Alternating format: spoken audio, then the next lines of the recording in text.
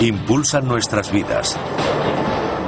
Desde coches hasta cortadoras de césped, de barcos a locomotoras. Han transformado nuestro mundo y nos han llevado a la Luna. A continuación, la historia del motor.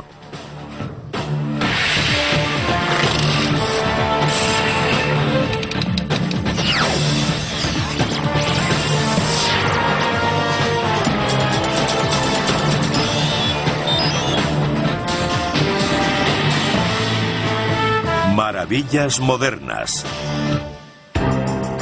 Durante 3 siglos, estos ingeniosos diseños han sido la máxima expresión de la búsqueda de la excelencia técnica.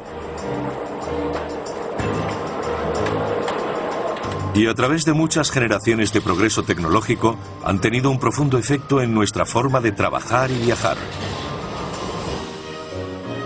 La máquina de vapor reemplazó al caballo. Los motores eléctricos y de gasolina sustituyeron a la máquina de vapor. Más tarde, el reactor llevó las cosas a un nivel superior. Y ahora, los motores microtecnológicos demuestran que menos es más.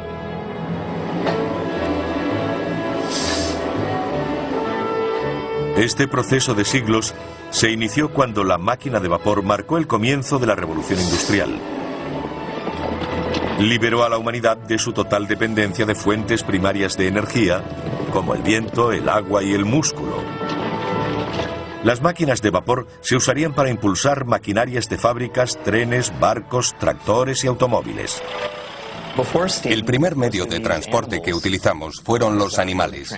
Cuando se inventó la máquina de vapor, pudimos mover más volumen, más rápido y de forma más segura que cuando se hacía con animales. Eso fue un cambio enorme. La gente se sentía menos atada a las pequeñas ciudades. Podían vivir en el campo y seguir conectados con la ciudad. En un motor de émbolo, el vapor entra por un extremo en el cilindro y lo empuja hacia atrás.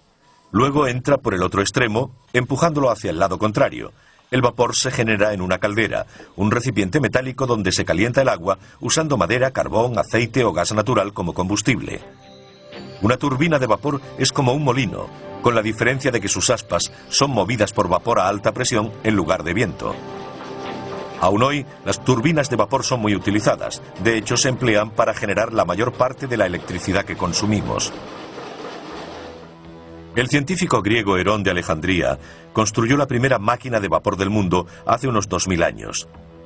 Básicamente se trataba de una esfera metálica con 2 boquillas opuestas. Cuando se introducía vapor en la bola, ésta daba vueltas.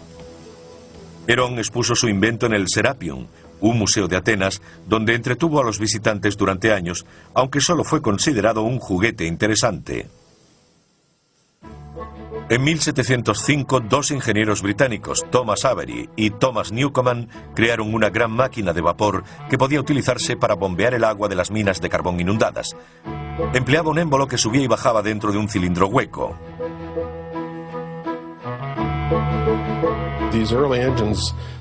Estos primeros motores no tenían el engranaje necesario para convertir el movimiento de vaivén en otro de impulso rotatorio. Eso no sucedió hasta la década de 1770, cuando James Watt desarrolló la máquina de vapor más famosa del siglo XVIII. James Watt, un profesor de la Universidad de Glasgow, inventó varias mejoras, haciéndola mucho más práctica para mover maquinaria. Su regulador centrífugo o de bolas se expandía a medida que el motor iba más rápido. La fuerza centrífuga hacía que las pesadas bolas metálicas se separaran, cerrando una válvula que lo desaceleraba. Y a medida que se expandían, controlaban el movimiento del vapor en el cilindro. Se trataba de un dispositivo muy eficiente para evitar revoluciones excesivas y, aún más importante, para mantener un movimiento uniforme y regular. En 1800, más de 1.500 máquinas de vapor funcionaban en Europa y los Estados Unidos. Además de bombear el agua de las minas, también impulsaban las máquinas de las fábricas. Gran Bretaña fue la primera nación occidental y del mundo realmente en industrializarse. Y mucho de lo que allí se creó se desarrolló a partir de la invención de la máquina de vapor. En 1830 los barcos de vapor atravesaban regularmente el Atlántico. Los primeros no eran muy diferentes de los de vela de ese periodo. Tenían altos mástiles y velas, pero la gran diferencia era la enorme rueda de paletas en medio del barco. Movida por una máquina de vapor, proporcionaba potencia extra al girar en el agua. La mayoría de los barcos de vapor y los posteriores ferrocarriles redujeron radicalmente el tiempo para recorrer largas distancias. El político norteamericano Chancellor Calhoun a menudo hablaba de conquistar espacio. Y básicamente eso es lo que hicieron estas máquinas.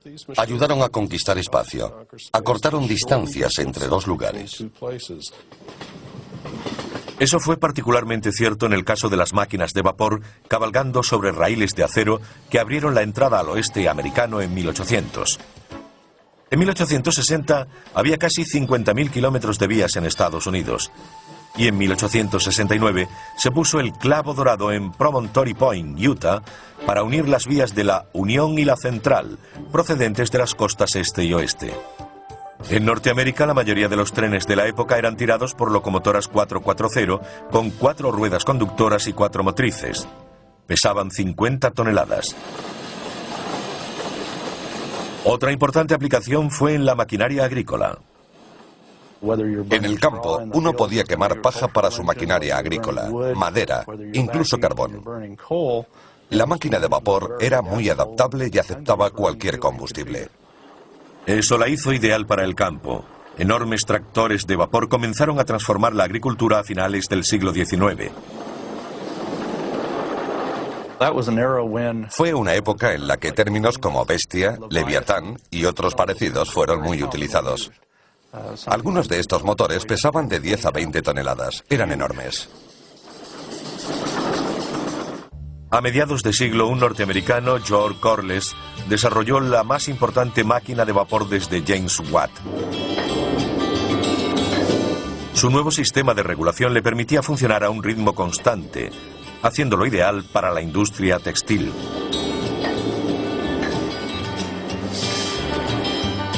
Este motor de Corliss, recientemente restaurado, fue uno de los 3 instalados en un molino de azúcar al sur de California en 1911. Durante 67 años, impulsó maquinaria para la obtención de azúcar de remolacha. Tenían vapor para cocer y limpiar las remolachas. Movía toda la maquinaria y un generador de la fábrica. Así tenían luz y energía para todo lo demás. Y la fuerza motriz necesaria para la centrifugadora, extrayendo el azúcar de la pulpa de la remolacha. Era un sistema muy eficiente. La máquina de vapor lo hacía todo.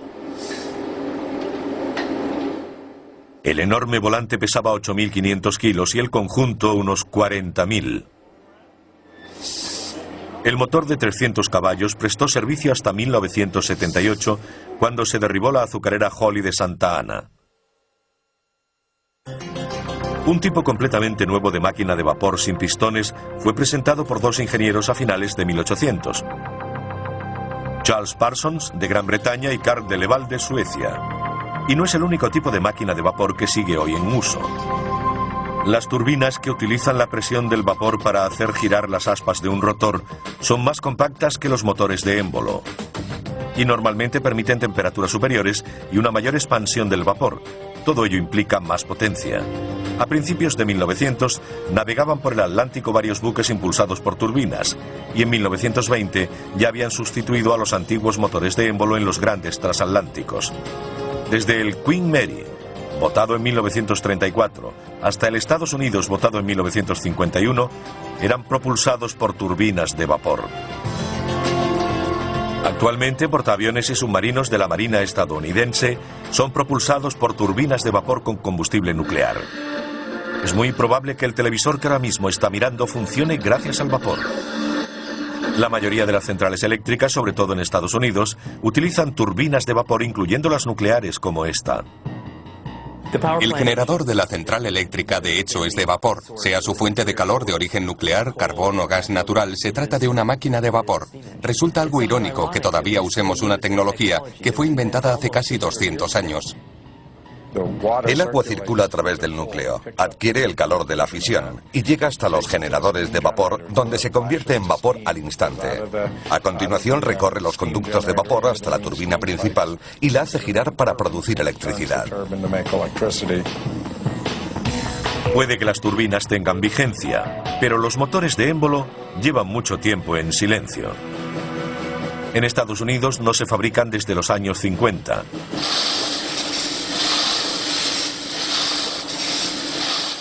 Pero su sonido llena el Museo de Motores Antiguos en Vista, California, cerca de San Diego, donde hay docenas de máquinas funcionando. En su día fueron impresionantes imágenes de una potencia sin precedentes. Pero hubo grandes errores que convirtieron a estos enormes monstruos en dinosaurios. La transferencia de calor es un proceso lento, y en las máquinas de vapor hay que transferir el calor desde un fluido caliente, concretamente gases de combustión, al fluido que realmente produce la potencia, el vapor. Se advirtió que utilizando motores de combustión interna en los que el fluido que se expande y el que genera el calor es el mismo, la mezcla carburante, se obtenía más potencia con un motor más pequeño. Pero antes de la aparición del motor de combustión interna, surgió otra nueva máquina para ayudar a mover el mundo que no quemaba combustible. A continuación, el eléctrico se gana un lugar entre los motores del mundo. Cuando se extendió el uso de las máquinas de vapor a principios del siglo XIX, eran muy potentes. Pero esa potencia tenía un precio. También eran muy peligrosas. Para obtener la máxima potencia, sus calderas tenían que contener vapor a altas presiones, y no siempre estaban a la altura. En el siglo XIX había problemas con las explosiones de calderas. Solían ocurrir accidentes en los que moría mucha gente.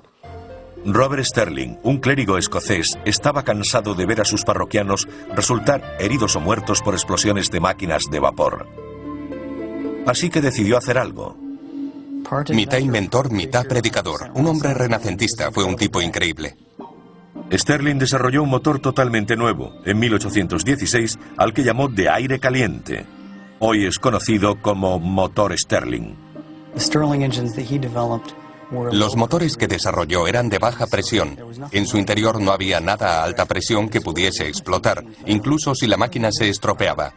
Los motores Sterling funcionan calentando una parte del mismo motor y enfriando otra. En su interior hay un mecanismo que hace circular el aire entre el lado caliente y el frío. Cuando está en la parte caliente, el aire se expande y empuja un pistón.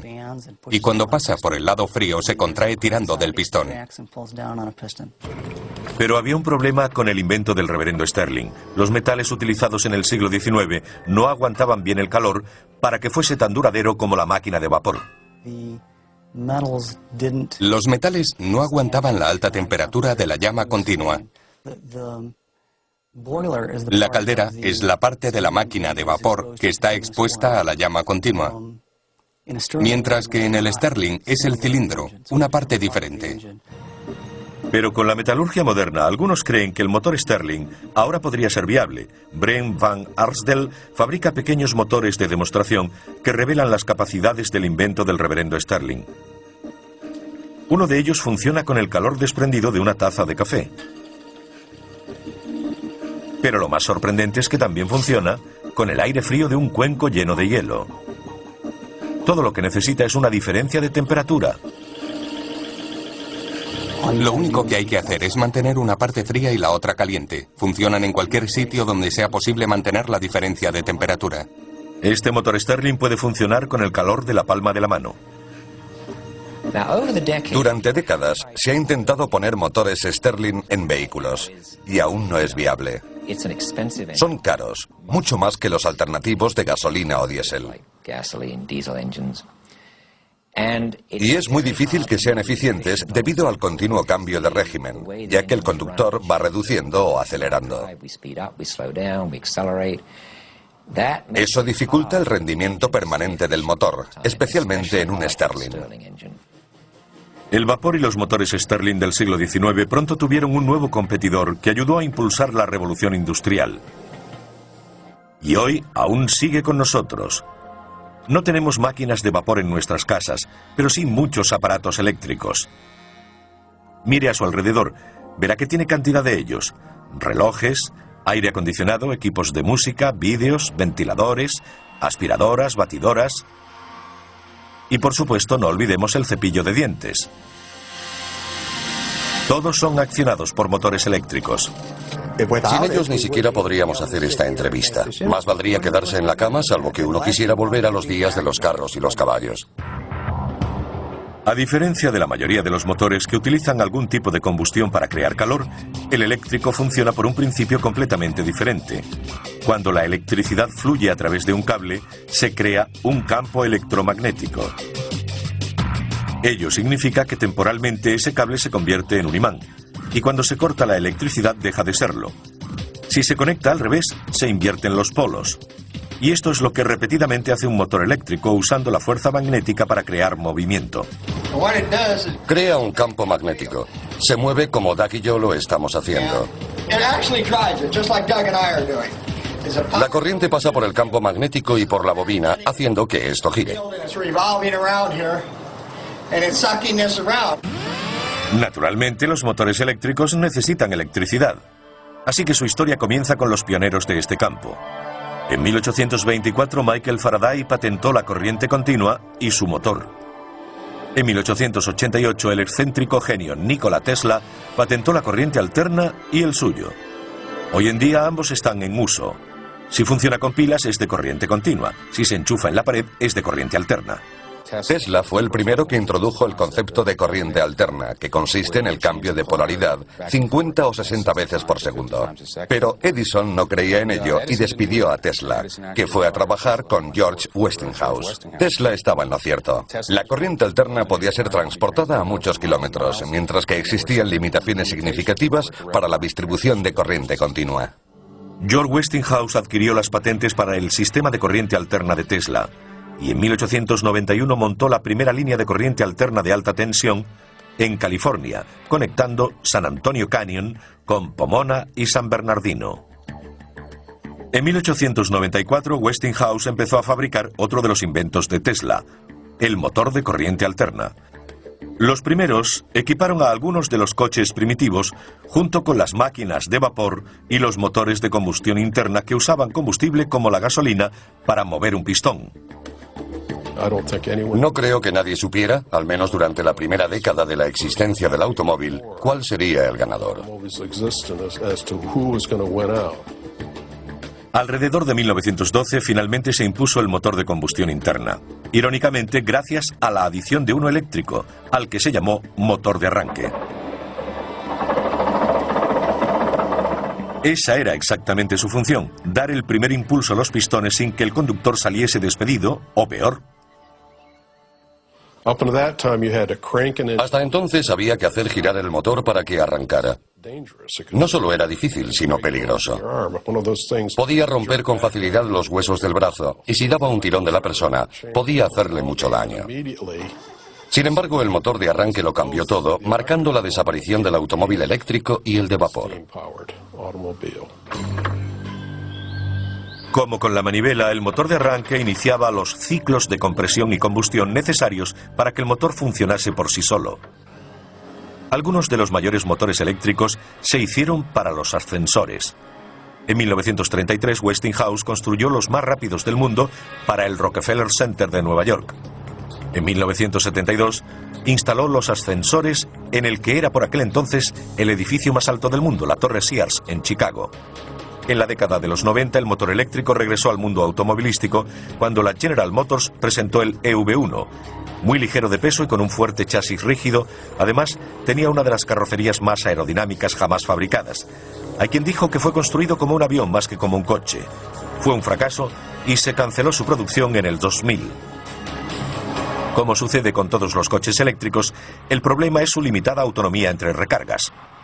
Si uno tiene prisa y solo puede recorrer 160 kilómetros parando 8 horas para recargar la batería, mejor se compra un carromato. No creo probable que en 10 o 20 años los vehículos eléctricos compitan con los estándar. La tecnología de las baterías no es lo bastante buena y cuesta mucho, aplicada a la escala que requiere la cantidad de energía necesaria para propulsar un vehículo. Si se redujera su tamaño y aceptásemos una autonomía limitada, los coches eléctricos podrían resultar interesantes, porque realmente no producen emisiones cuando circulan. Puede que ellos no contaminen, pero sí ocurre donde se genera la electricidad que necesitan para recargar sus baterías, ya que la mayor parte proviene de centrales que queman combustibles fósiles. Como los vehículos eléctricos precisan baterías de duración limitada o líneas aéreas a las que conectarse, han tenido más éxito en el transporte público que en el privado. Ciudades como Los Ángeles introdujeron los primeros tranvías eléctricos a principios del siglo XX. Y en algunas ciudades todavía existen. Prácticamente todos los sistemas de metro y de transporte ferroviario ligero usan motores eléctricos. ¿Por qué llamamos motores eléctricos al resto de máquinas que impulsan nuestra vida cotidiana? Ese es un tema de debate, una discusión que podría mantener a científicos e ingenieros ocupados durante horas. A veces se refieren a él como el gran debate. No creo que haya una respuesta clara. Técnicamente usamos la palabra motor para designar a un dispositivo que toma energía de alguna fuente, como un combustible, y la convierte en energía que podemos utilizar para accionar algo. Personalmente, cuando pienso en un motor, lo hago en uno térmico. Yo soy termodinamicista y me refiero a motores térmicos. Incluso en la industria hay muchas incongruencias respecto a la nomenclatura. Yo no llamaría motores a los mecanismos básicos como los eléctricos. ¿Y cómo explicaríamos el nombre de los fuera borda que llevan motores en su interior? Es una buena pregunta. Nunca he dicho que fuésemos coherentes en cuanto al uso de esos términos. En la automoción, un motor puede ser una máquina eléctrica o de combustión interna.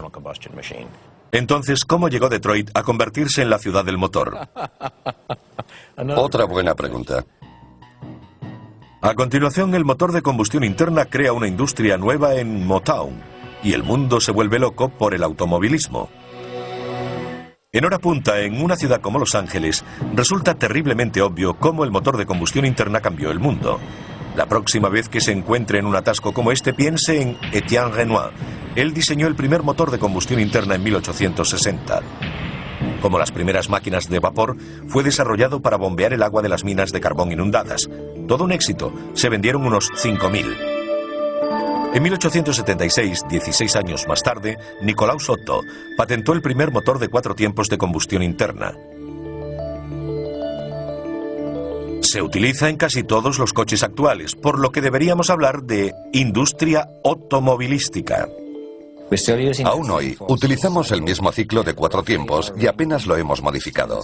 Hay un pistón dentro de un cilindro, una biela y un cigüeñal, como sencillo mecanismo para convertir el movimiento de subida y bajada del pistón en el movimiento rotatorio de árbol de transmisión. Es lo que inventó y lo que aún utilizamos. En 1892, Rudolf Diesel patentó el motor diésel. Es similar al motor de combustión interna corriente, salvo que no tiene bujías. Se aspira aire en el tiempo de bajada. Luego es comprimido en el de subida, lo que hace que aumente mucho de temperatura. El aire se calienta tanto que cuando se inyecta el gasóleo, la mezcla del combustible y el aire arde. Mercedes-Benz produjo en serie los primeros automóviles diésel en los años 30. Por su robustez y potencia, los motores diésel de los distintos fabricantes son ampliamente utilizados en grandes camiones y maquinaria pesada. A medida que evolucionaban, tanto los de gasolina como los diésel cambiaron la forma en que se construían las ciudades. También cambiaron la forma de combatir. En la Segunda Guerra Mundial, la producción alcanzó un récord máximo en Estados Unidos. Los nuevos motores hechos en Detroit impulsaron el esfuerzo bélico. Los industriales norteamericanos utilizaron su equipamiento y conocimientos para fabricar 4 millones de motores de todo tipo y tamaño, para camiones, tanques y aviones. La construcción de esta fábrica kilométrica a las afueras de Dearborn, Michigan, costó al gobierno $65 millones. Bajo la dirección de Henry Ford produjo 57.000 motores de avión y 9.000 bombarderos. Otras plantas de Ford produjeron 250.000 de tanques y jeeps. Al confiar en los motores de pistones para nuestros cazas y bombarderos, la industria automovilística adaptó sus instalaciones de fabricación para estas aplicaciones. Y la producción de coches disminuyó mucho. Hasta los años 50, la mayor parte del desarrollo del motor se concentraba en hacerlos más potentes y baratos de fabricar. Más tarde apareció en el horizonte algo llamado humo, y por ello la tecnología tuvo que acelerar en una dirección diferente. Los sistemas de control de contaminación presentados por todos los fabricantes de automóviles en los años 60 y 70 redujeron las emisiones, pero también disminuyeron la potencia, ya que reducían la toma de aire. Un motor que no puede respirar libremente es menos potente. En la vida del motor de combustión interna, la mayoría de los desarrollos han sido evolutivos, pero uno de ellos fue revolucionario. El inventor alemán Felix Wankel ideó un diseño nuevo y sencillo en 1924. Pero hasta 1957 no se construyó el primer motor rotativo Wankel verdaderamente funcional. Era una innovación espectacular. Gracias a su movimiento giratorio, en vez del de subida y bajada como el de pistones, reducía drásticamente la vibración. A lo largo del tiempo, mucha gente ha intentado idear una geometría mejor. Hay algunos aspectos negativos en esta sencilla disposición de cilindro, pistón y biela. La masa se mueve arriba y abajo, y de esa forma es difícil evitar la vibración resultante. Pero hasta ahora, con la sola excepción de Wankel, nadie ha inventado una geometría que alcance producción mundial.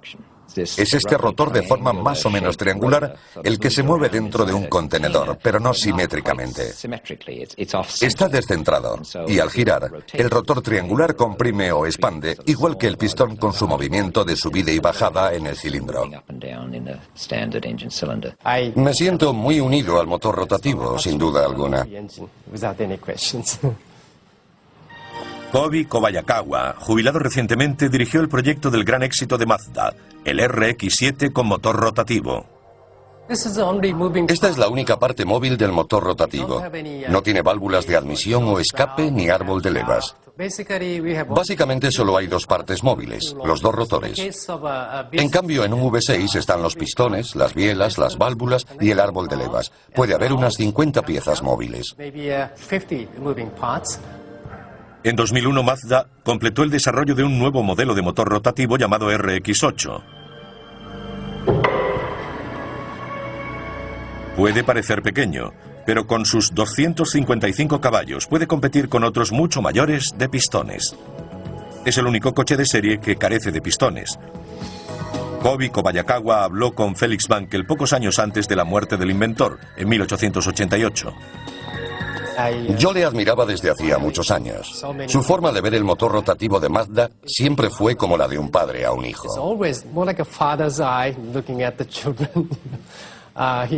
Era muy amable y estaba muy contento con el esfuerzo llevado a cabo por Mazda y los resultados obtenidos con el motor rotativo.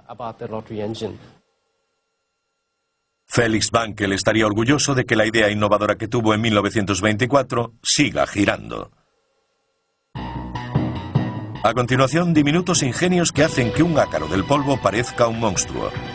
Recibe el nombre de microtecnología y es lo más pequeño en máquinas y motores.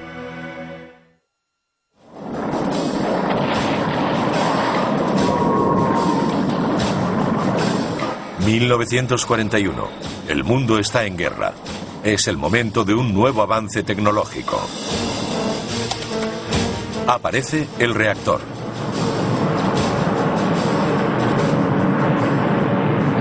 El motor a reacción es una turbina de gas. La rápida expulsión de los gases de escape por detrás proporciona el impulso. El compresor y la turbina comprimen los gases para suministrar el flujo a alta presión que es necesario expulsar, y la turbina suministra la energía necesaria para accionar el compresor. La restante es para la impulsión. Imaginemos que estamos haciendo galletas de una en una. Ponemos una pequeña cantidad de masa en una bandeja, la metemos en el horno, esperamos a que se haga y la sacamos.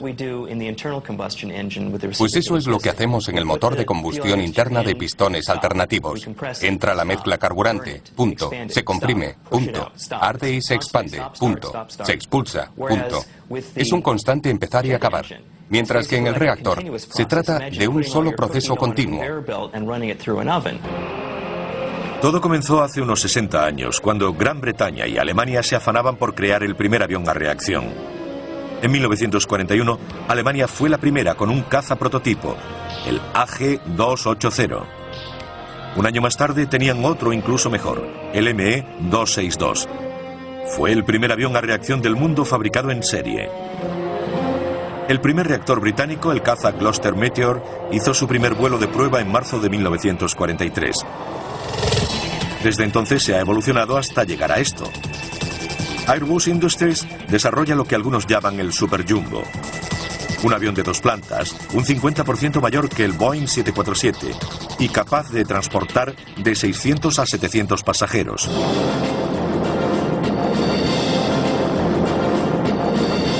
Al principio de su desarrollo, los cohetes y los motores a reacción estaban estrechamente relacionados.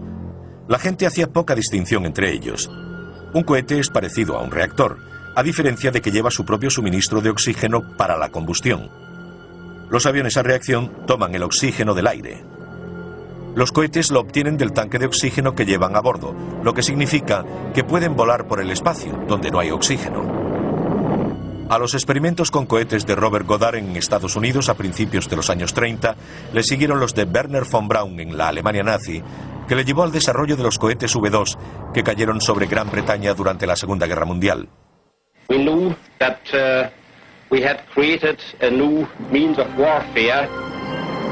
La tecnología de cohetes de Goddard y von Braun permitió futuros desarrollos como la ruptura de la barrera del sonido por Chuck Yeager en 1947, el lanzamiento del satélite ruso Sputnik en 1957 y el alunizaje del Apolo 11 en 1969. Hoy los 3 cohetes principales que impulsan la lanzadera espacial originan un empuje equivalente a 37 millones de caballos. Es lo que producirían 23 presas Hoover juntas. Los motores consumen casi 250.000 litros de hidrógeno líquido por minuto. Son móviles y se utilizan para controlar la lanzadera durante el vuelo. También proporcionan empuje adicional durante el lanzamiento, complementando a los 2 enormes cohetes propulsores que caen al mar tras el despegue. Durante décadas, los nuevos avances tecnológicos han llevado a la creación de mayores motores. Pero uno de los campos de investigación actuales más excitantes implica la creación de unos diminutos que caben en la punta de un dedo. La microtecnología es un área de investigación en creciente expansión que surge a partir de la miniaturización de los componentes electrónicos. Algunas de estas técnicas se usan para construir motores microtecnológicos. Hay muchas ventajas en reducir el tamaño de las cosas. Al miniaturizar algo, el peso baja, la dimensión elevada al cubo. Pero la fuerza propulsora disminuye a la dimensión al cuadrado. Así que a medida que se reduce de tamaño, aumenta la propulsión respecto al peso. El profesor Martin Schmidt del Instituto de Tecnología de Massachusetts ha desarrollado un motor a reacción del tamaño de un sello de correos. ¿Pero por qué lo hizo? En primer lugar, porque es muy divertido. Y en segundo lugar, porque hay muchas aplicaciones para este tipo de propulsión, como aviones o satélites en miniatura. Los diminutos motores a reacción del profesor Schmidt funcionan exactamente igual que los de un Boeing 747. Este sería un motor de turbina, donde el aire accedería a través del hueco central. Luego se inyectaría el combustible por una serie de puertos que hay aquí. El aire y el combustible se mezclarían a través de un compresor en un volumen de combustión que está alrededor, en esta parte. Y luego pasaría a través de la turbina para acabar siendo expulsado por aquí. Dentro se encuentra este pequeño disco que gira a 1,5 millones de revoluciones por minuto. Los científicos del Instituto de Tecnología de Massachusetts creen que este motor podría impulsar un avión diminuto con una envergadura de unos 8 centímetros. Cientos de estos baratos microreactores desechables podrían servir para misiones de reconocimiento de las Fuerzas Armadas o para el estudio climático.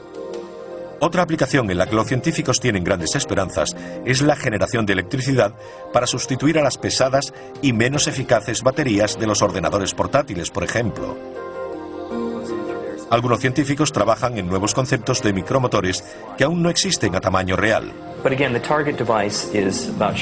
Nuestro objetivo es crear un dispositivo del tamaño de un botón que esperamos genere unos 50 milivatios, suficientes para alimentar un teléfono móvil o una agenda electrónica. Varios juntos servirían para un ordenador portátil.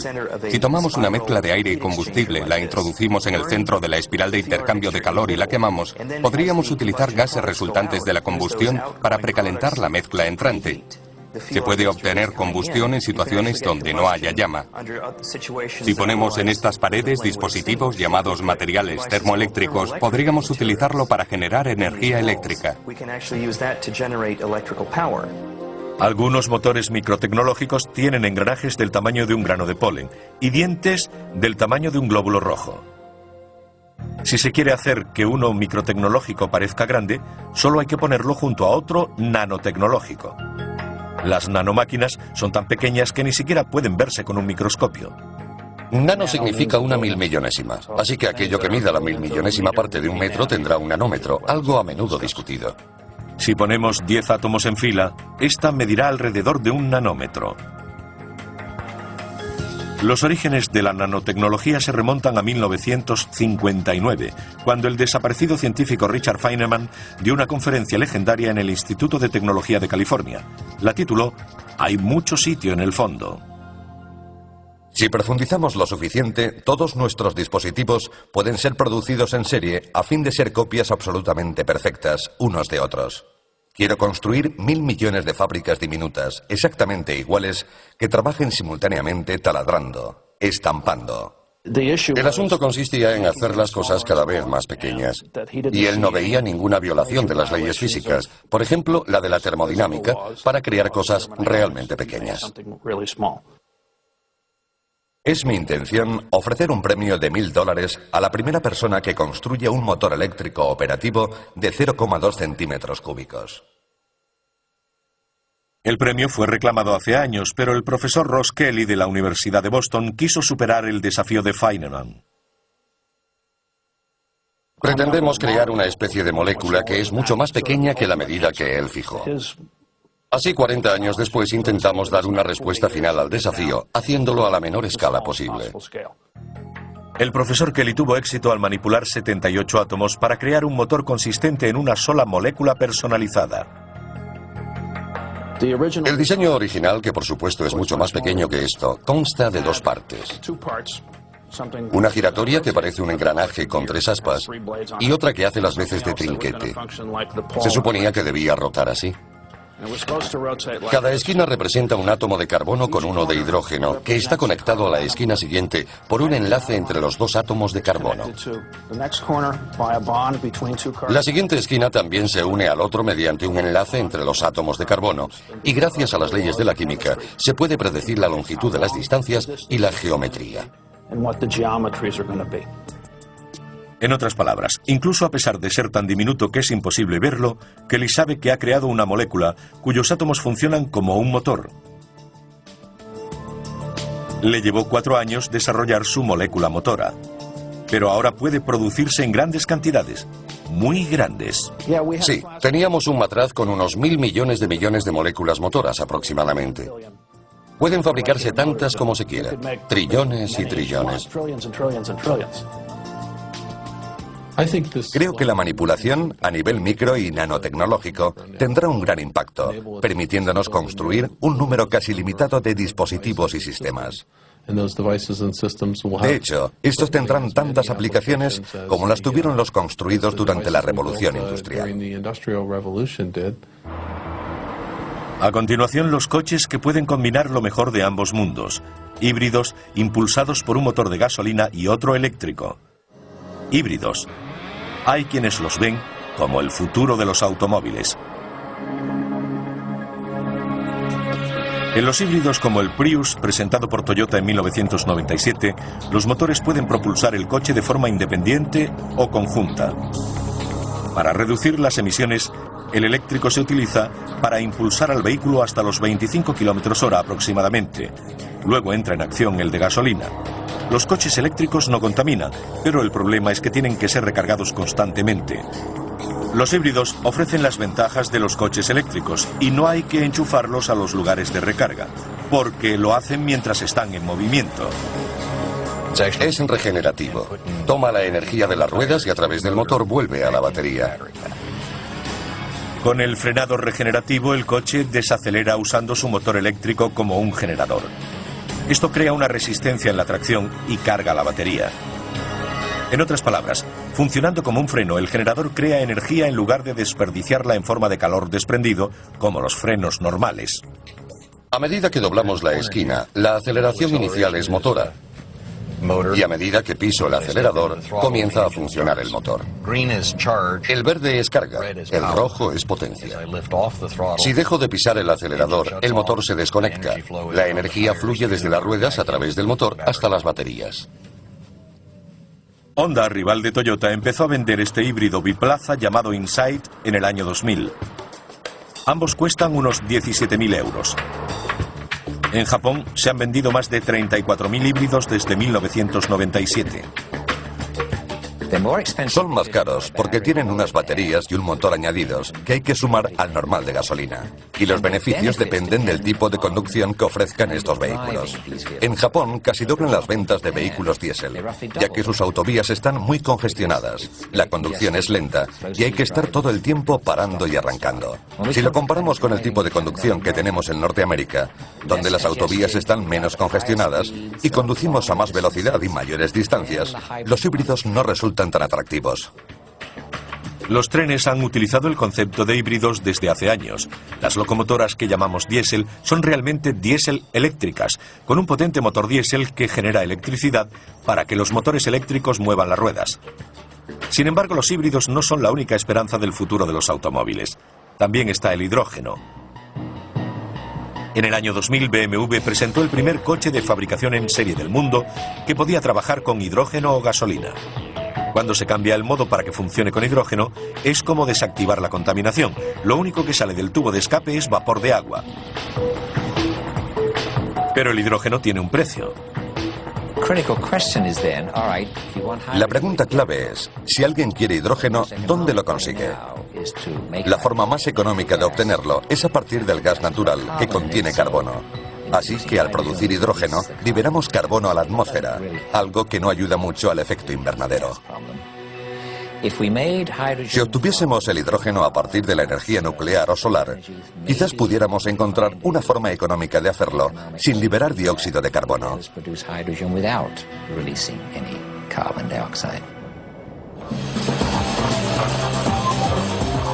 Desde las máquinas de vapor hasta los motores Stirling, de los pistones a las turbinas.